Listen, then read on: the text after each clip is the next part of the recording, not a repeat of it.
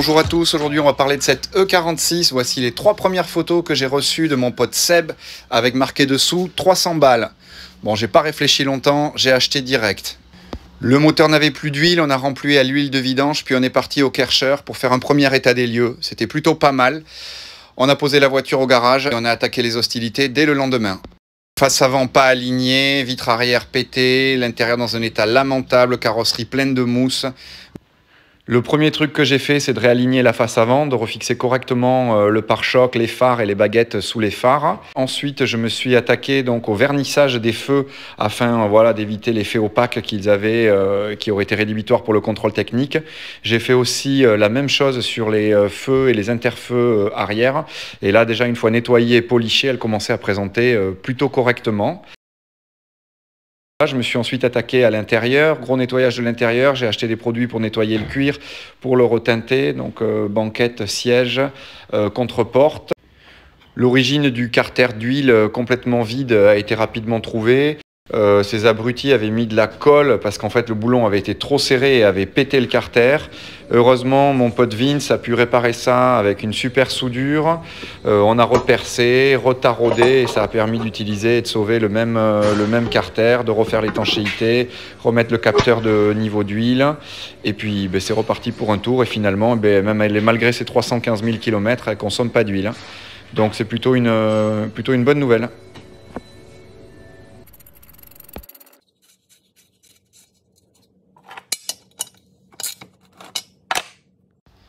Après une grosse révision de l'auto sans grand intérêt, je me suis mis à chercher des jantes. Voici les photos de l'annonce, peu engageantes, mais pas trop loin, à moins de 200 km.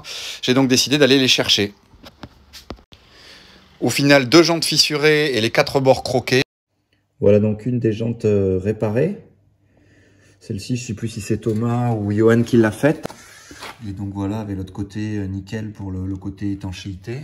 Celle-ci, voilà, qui a aussi été réparée, mais 2 fois. Celle-là, il faut que je finisse ici, voilà, le dessus. On va arriver à quelque chose de propre, hein. Franchement, elles reviennent plutôt très bien.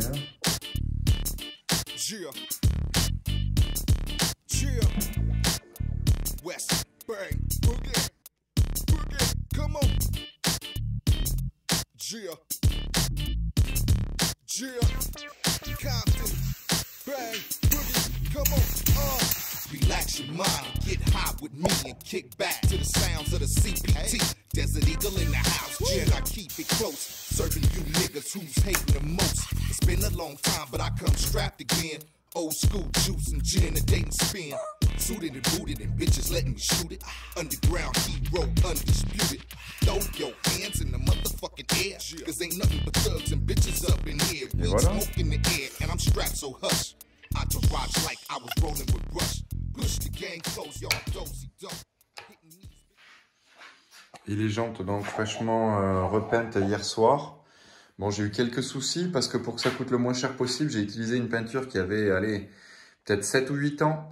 J'avais plus le bon durcisseur, donc j'ai utilisé un durcisseur. Je savais pas si c'était du 2 pour 1 ou du 4 pour 1, donc j'ai fait du 3 pour 1. Et donc voilà, les 5 doubles bâtons, comme ça, c'est quand même bien le style Racing Dynamics. Je vous montrerai, j'ai des 3 parties pour la série 8 des Racing Dynamics.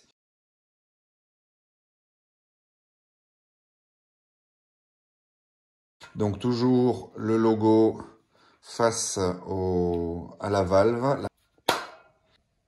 Même si c'est des styles 313 BM, mais on s'en branle. On a dit pas cher. Voilà les 4 jantes restaurées. Enfin restaurées, non. Repeintes. Ressoudées, repeintes. Des centres de roues qui traînaient. C'est les centres de roues BM sur lesquels j'ai arraché les caps BM.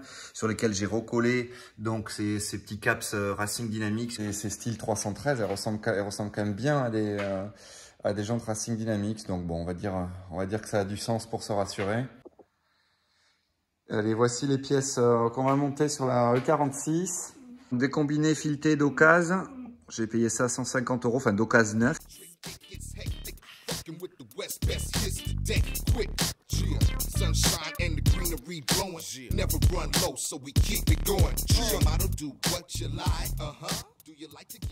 On va s'occuper des butées de suspension avant, qu'on va raccourcir.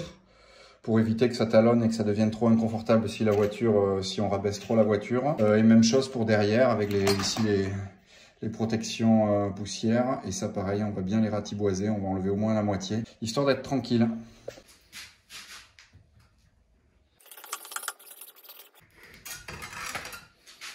Voilà, une arrière de fête. Voilà, comme ça. Même chose pour la deuxième, on va la faire sortir. Même chose pour les avants, on va couper ici. Voilà. Voilà. Un petit avant après. On va gagner 2 cm de butée en gros. Voilà.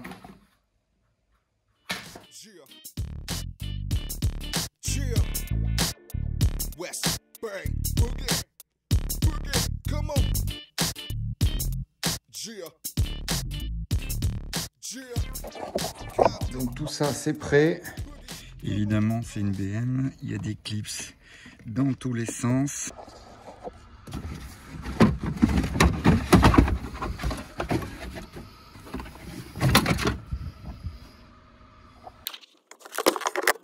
Voilà. Là encore un putain de clips caché. Juste ici. J'ai fini en bas, j'ai tout démonté déjà. Voilà, bon la priorité c'est pas le freinage, hein. Le freinage c'est pas important, l'essentiel c'est le tuning. Dépêche-toi Maxou de virer tout ça.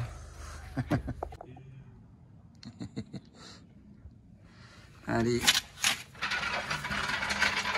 Et pas les amortisseurs? Si on monte les amortos, on monte les ressorts derrière, mais je pense pas qu'on va monter les coupelles de réglage, c'est ça que je te dis. Ah, genre ça les coupelles de réglage? Eh ben oui, sinon ça rabaisse pas. Tu me fatigues. Tu filmes ou quoi? Mais bien sûr. Mais mec, je vais faire une vidéo genre comment faire une bagnole à 1000 €. Genre pour les pleureuses, tu sais, qui disent ah, machin, j'ai pas d'argent, je peux pas avoir une belle voiture. Et ben si mec, il suffit en fait que tu achètes une merde et que tu travailles dessus et que tu trouves des pièces pas chères et tout le monde peut avoir une voiture correcte avec 1000 balles. Il va plus avoir de pièces pas chères. Voilà.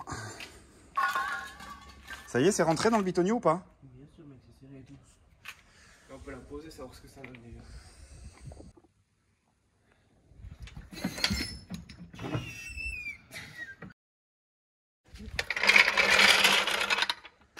Bon, mais c'est parfait ça.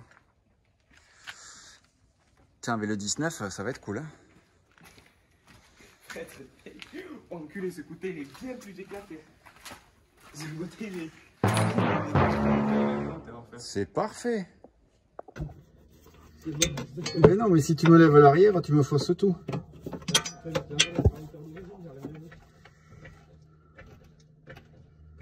Bon, j'enlève 5 cm, on va pas se faire chier. Hein. Allez, 5 cm, validé. Tout ça a été hautement scientifique. Allez. Ça me paraît beaucoup, on va en faire un peu moins quand même. 4 cm, ça sera bien. Allez, on s'en branle de toute façon.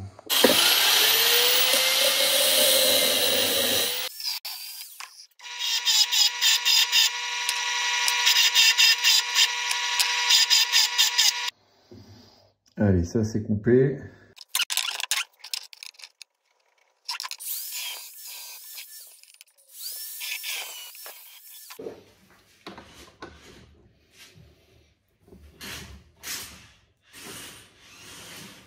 Tu peux venir me tenir juste un truc?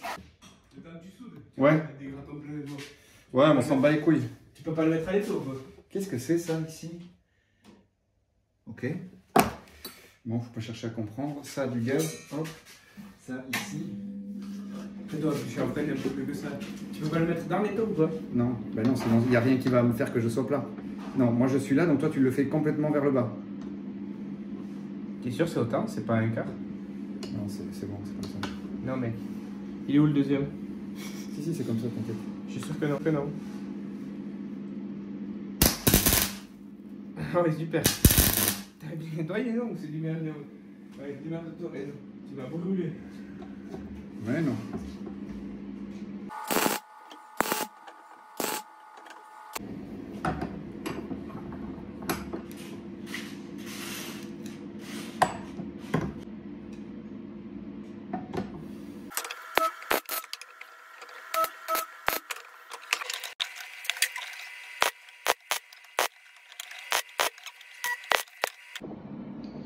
Voilà nos 2 petites biellettes, donc recoupées, renforcées. Donc j'ai d'abord ressoudé les 2 tubes et ensuite j'ai fait coulisser le tube que j'ai ressoudé des 2 côtés pour essayer d'avoir une solidité maximale, mais ça suffira. Voilà, il n'y a pas de raison que ça bouge. Pas de regret pour passer en fileté, il y avait un ressort qui était pété, à moins que c'est Max qui l'ait cassé en le sortant. Connard. Ouais, non, c'est bien pété net. Est-ce qu'on les met ces merdes bleues anodisées ou pas? Oui, mais ça empêche que ça descende bien le ressort là, non? Regarde, ça porte pas méga bien. Mais si, ouais. Ouais, je n'aime pas des masses. Si? Voyons, allez, vire ton ressort, vire ton ressort. Ça fait bien. Ah oui, oui, ça pose bien. Quel casse-couille. Tu vas pouvoir tout refaire maintenant. Allez, c'est bon. Je vais te filmer, je vais dire à tout le monde comment t'es méchant. Méchant, Maxime. T'es méchant. On sera pas copains, je t'ai dit. T'es copain avec moi quand j'ai un pont. Ouais, d'accord, c'est bien sûr. Bien sûr que je suis copain avec toi parce que t'as un pont. Putain, elle est neuve, l'auto. Et comment tu la démontes la bloquante là? Ben, je sais pas, c'est toi qui l'as serré? Ah, mais comment tu l'enlèves?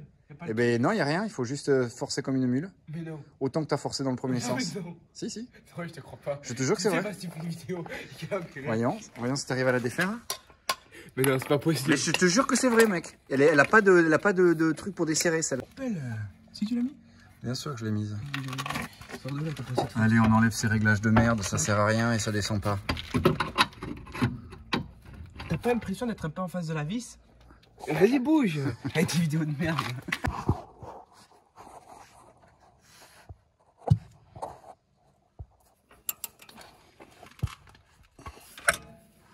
Waouh! Waouh!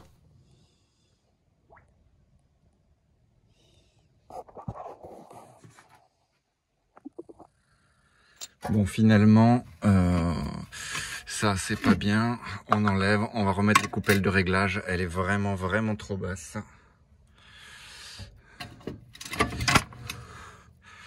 Voilà.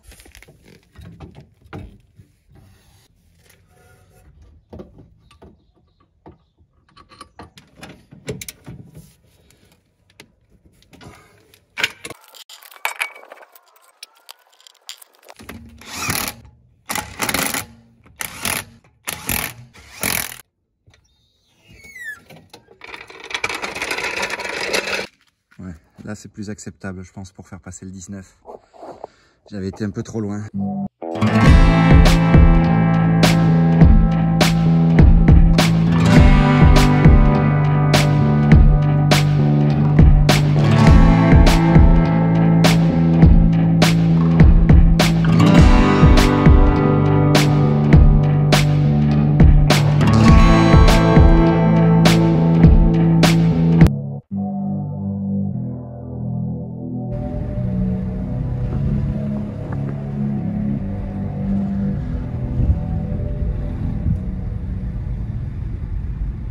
Mais ça roule hyper bien, c'est quand même hyper confort pour des combinés filetés.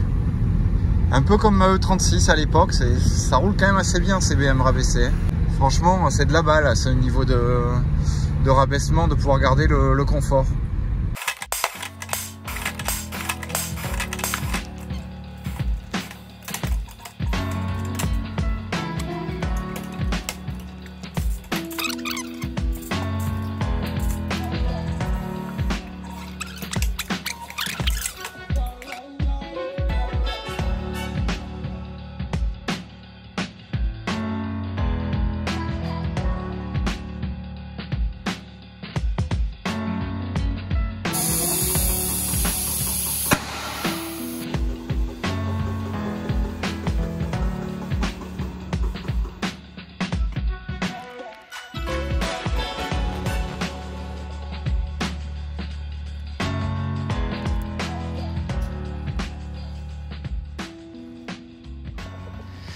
Le projet touchant à sa fin, il est donc légitime de parler du coût de cette BMW. A-t-on réussi à construire une BMW qui défend dans un budget inférieur à 1000 €? Vous avez le détail à l'écran. Donc on est juste en dessous de la limite. Je suis vraiment trop content. La BM en vrai défonce. Les photos ne lui rendent pas justice. Voilà. Je ne sais pas s'il y aura d'autres épisodes sur cette voiture, mais en tout cas, c'était vraiment très très fun à faire.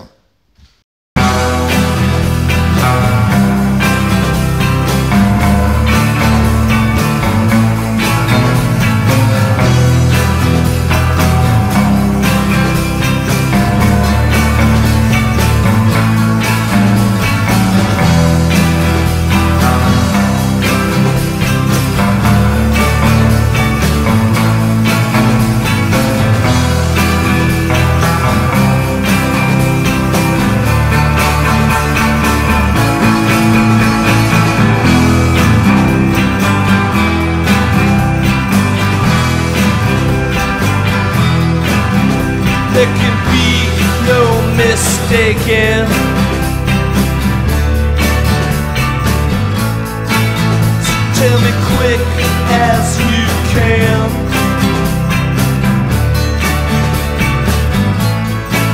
Because we're so